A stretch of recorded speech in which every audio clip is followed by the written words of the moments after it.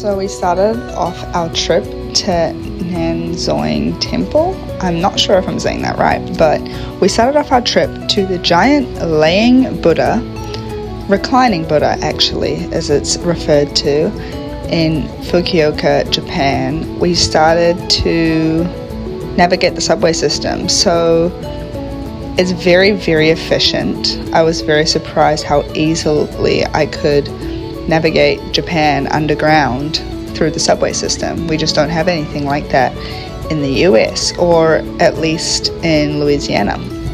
So it was a really cool system in place that allowed us to travel for very cheap.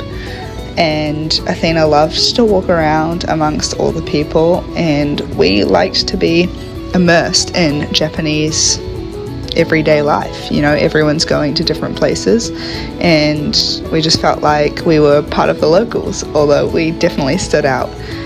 So it took us a little bit to kind of figure out where we were going, but once we had the plan in place, we just got on different trains and a bus at one point and made our way to the temple.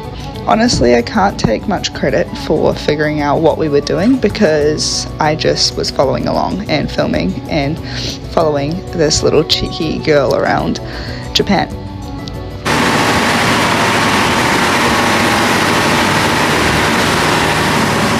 Platform 8 and 3/4.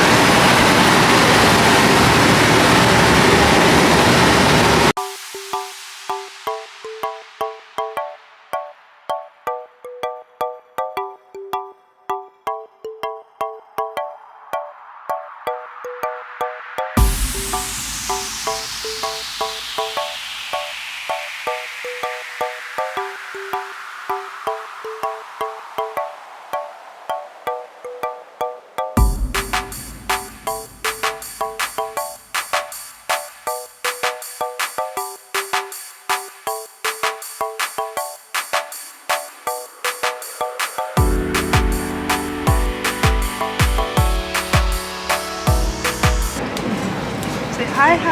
You can take turns. Yeah. Every stop will just move musical chair. So we're at Hakata Junior Rail something. We are staying on here for 8 stops till we get to the temple, apparently. Hopefully we make it. If not, it'll be a good adventure.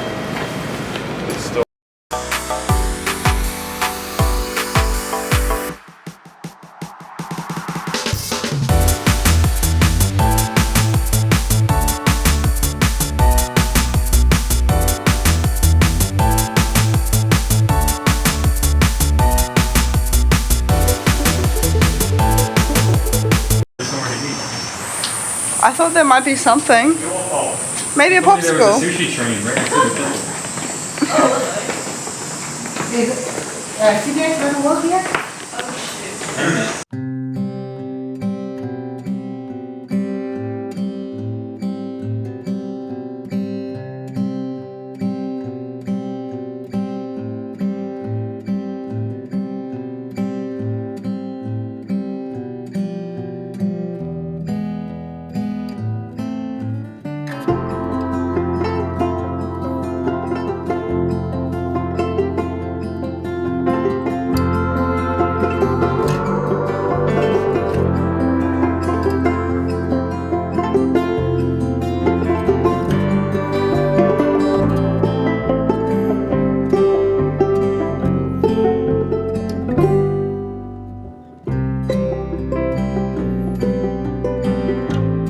So the Nanzoin temple is located in the mountains, and it is extremely quiet and beautiful.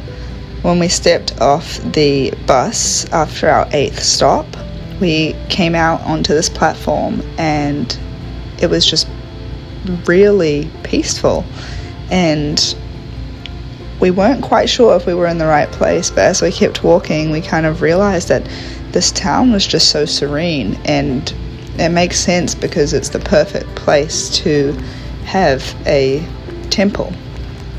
I didn't really realize that when I was coming here that it was going to be such a big temple. I really thought that I would get off and just see this giant reclining Buddha. I guess that's just me being ignorant and not really understanding the Japanese culture and the religion or the way of life that they follow.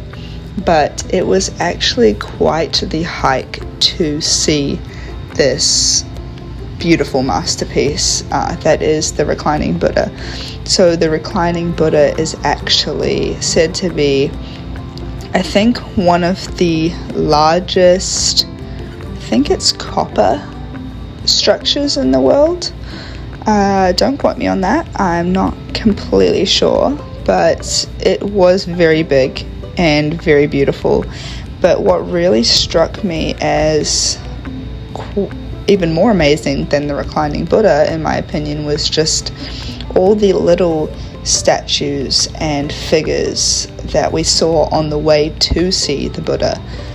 That was just something that I wasn't expecting to see. It was beautiful. I felt like I could spend hours in that place just contemplating life or meditating on my thoughts, and yeah, it was truly stunning. I would love to go back one day and just kind of sit there, but yeah, we didn't have as much time. We actually kind of came in the afternoon, and the temple actually closes at a certain time, but it's actually a practicing temple and monks go.